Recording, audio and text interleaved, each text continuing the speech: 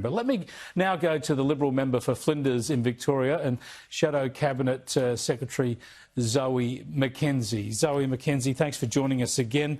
Do you think that Kevin Rudd should keep his job as US Ambassador first up or be brought back home? Poor Kevin. Wasn't it a devastatingly awkward moment? I know you've played it a couple of times already. It was hard to endure the first time, and it's even hard the second, third, fourth and fifth. The poor bloke. Look, if I were the Prime Minister and had to endure that, and I think he was putting on a bit of a fake laugh, I suspect he might look at ways of moving the ambassador on in due course without it looking like a knee-jerk response to what was a terrible situation for the ambassador and equally for Australia. I'm mindful Kevin Rudd has done great work in other parts that aren't necessarily presidentially facing. He's done great work in and around critical minerals and rare earths, but that was a devastating outcome for him. I imagine terribly embarrassing as well, and one that forced him to eat some humble pie and apologise. Unfortunately for him, that was not on the camera, so we'll have to take his word for it. Yeah, we will see. Now, tell us about this net zero climate and energy policy.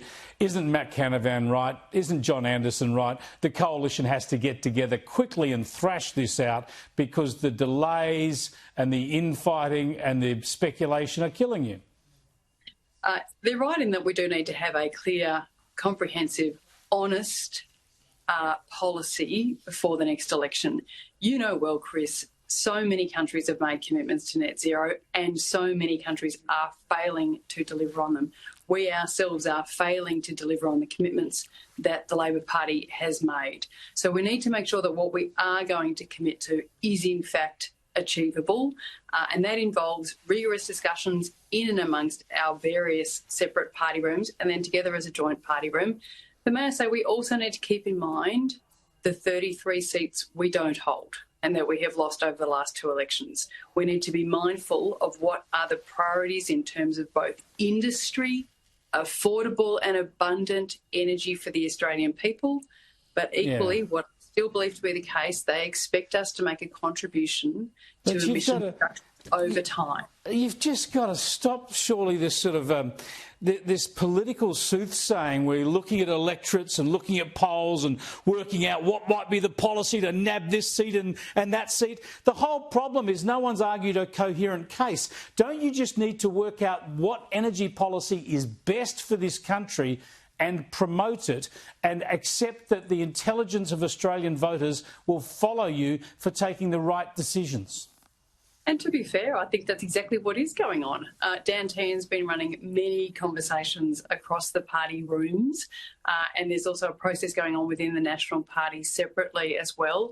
They are important conversations about what we're going to take forward to the Australian people. And Chris, you know as well as I do, the Australian people are not focused on what they're promising. Down here in Victoria, I had a community roundtable on Sunday.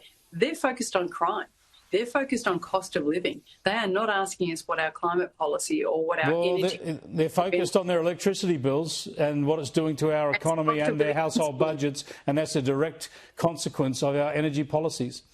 But therefore, what they're going to look for us to say is, and this is how much we think your energy bill should be reduced by. And that we can't just pull out of the air. That involves hard work. It's hard work that Dan Tehan is leading. No, well, we all know we're $275 a year better off now, according to the promises the first time around from Labor, of course. Where is it? Thanks for joining us, Zoe. Appreciate it. Zoe McKenzie there in Melbourne electorate, the Mornington Peninsula electorate of Flinders.